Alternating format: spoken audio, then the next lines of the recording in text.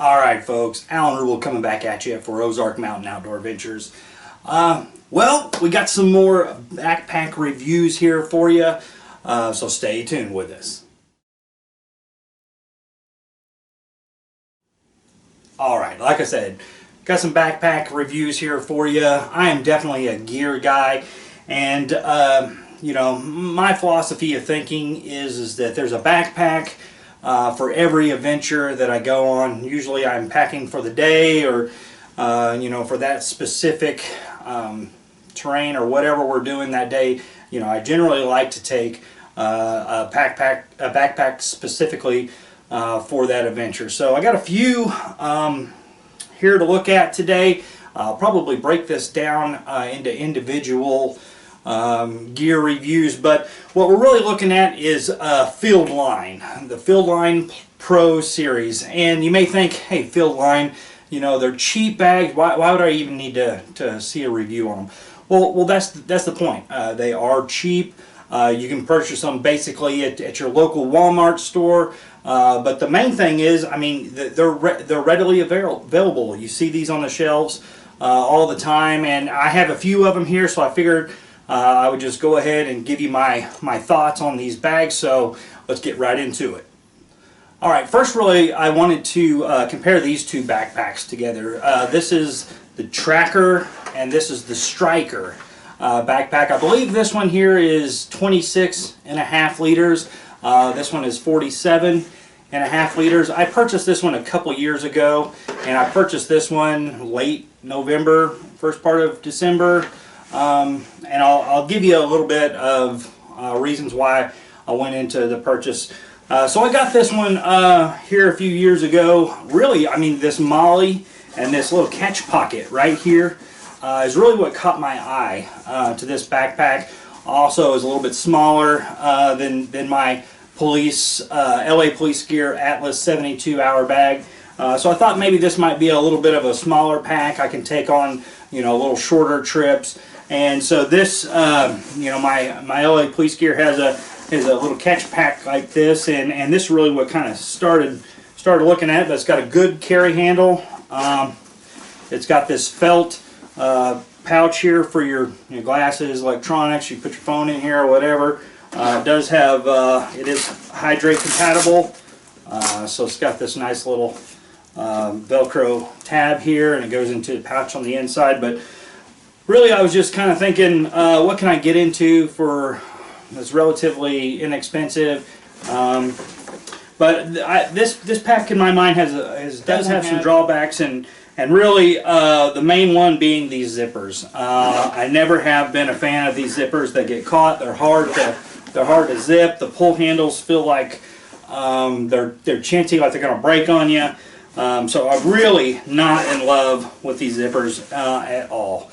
So that is probably the pack's main downfall. But once you get into the bag, it's not too awful bad. Let me get here on the. You got this nice little pouch for little easy accessible items right here on the side. You got a little water compartment also. I've oftentimes put a tripod in here, but you can see here it does have compression straps, which is nice. But oftentimes I use a compression strap to hold in the tripod, and the compression strap is so close and low to this pocket here that I've had to tie these paracord up here to tie around the top of my tripod that I'd be using at the side. So I mean, that's not what it's really designed for, but of course I'm trying to self-film hunts, and really, you know, that's one thing that I looked at. But when we get into this admin pouch here, and there's a couple things here about this pouch I also wasn't real thrilled about. Now, it didn't stop me from making the purchase, but it is kind of flimsy. It's nice and deep. It is very deep, but this front pouch is pretty flimsy. Not a whole lot of structure to it. It seems to fall over on itself a little bit, and it is what it is. But there are different dividers here. You got a nice netting pouch here. You got a couple of Velcro straps more netting pouches. And like I said, it is deep, it is nice, but wasn't real impressed with this front pouch. And then again, your main compartment bladder, you got your hydro bladder pouch in the back. But really, I mean, just really kind of a simple backpack. I believe I paid 35 bucks, 30 bucks for this pack. I mean, for that price, you really can't complain too awful much. But see how that zipper just doesn't zip very well, in my opinion. I'm gonna set this one to the side now, and really kind of led to this striker pack. Now this striker pack is a little bit bigger, and again, I'm comparing it to my police gear Atlas 72 hour pack, and this one's 47 and a half liters, so quite a bit bigger. And really, that police gear bag is really heavy when it's empty. It's almost 5.5 pounds, 6 pounds. So this feels super light when it's still empty, and every ounce counts when you're going out into the field. So this is really what caught my eye: the size of it and the weight of it. Like I said, it's very, very light. So one thing compared to the tracker pack and the striker pack is this. Smooth zippers. I mean, ultra smooth zippers. I immediately liked it after having this a couple years. When I went to, check it out at the store, was just super impressed with it. And so we get it. So let's take a look at the outside of the bag. Again, draw to this Molly webbing here. You can attach a lot and do a lot with just the front of the pack. Kind of customize it to yourself. Again, it's got a good carry handle. One thing that it had that the tracker did not have is the yoke system. The yoke system, very similar to the police gear bag. It just gives a lot more surface area here to support that weight versus two individual straps. Again, same design. You got that nice felt pocket here for sunglasses, keys, cell phone, whatever you want. And then it does have a nice pocket here. Also, I put a smaller camera in here, or whatever I need to have easy access to. You can just put right here in this smaller pocket. But let's get into this admin pouch. I was super impressed with it. So again, smooth zippers. They don't have them hangover flaps, and maybe that's a little bit more waterproof, I guess. But I mean, I need to be able to get in without much fuss. So we get into this here, and you got this big. Zip it all the way here. Got this big netting pouch here. Oops. This big netting pouch here. You can stick quite a few items right there, and then I like these nice dividers.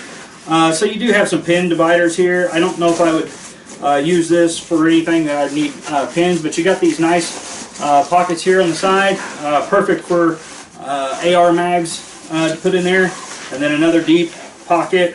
So I mean, it's not a huge space, but definitely have some dividers there for some quick, easy access when you're in the field.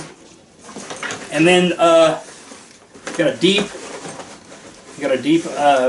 water bottle pocket. Now you can see here that the compression straps on the outside are higher up and at an angle. I was able to. First thing I did was try to put a tripod in there, and it worked. It worked a lot better, a lot easier. The grab handle isn't quite as nice. I'd rather have. It's got a foam padding to it, so it's softer. But it almost feels like it's a little less durable.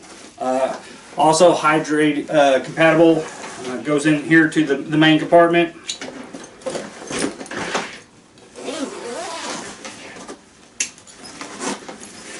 So tons of room in here, and you do have some more mesh pouches on the inside. lots of room in this bag, and you so it's a big backpack, but you don't have to fill it up. But if I need that space, I want to have it available to me. So I definitely want that. So again, between the two, this is definitely my favorite choice of the two. It was $39, but again, like I said, I think I paid $35 for this bag. So for just a little bit more, you can have a little larger backpack, and you know, like I said, I try and tailor the bag for what I'm doing during that day, that adventure. So anyway, this was just a real quick review over a couple of these backpacks. So hopefully, like I said, they're cheap, they're available, you can find them at your local Walmart. So hopefully when you're walking down the aisle and you say, hey, oh, that's a nice backpack, you know, you'll be able to make an informed decision. You know, I didn't go into depths on specs and those kind of things, but really just give you my first-hand opinion of after using these in the field and just, you know, my experience using the equipment. So hopefully this has helped you out. Thanks again. We'll see you next time.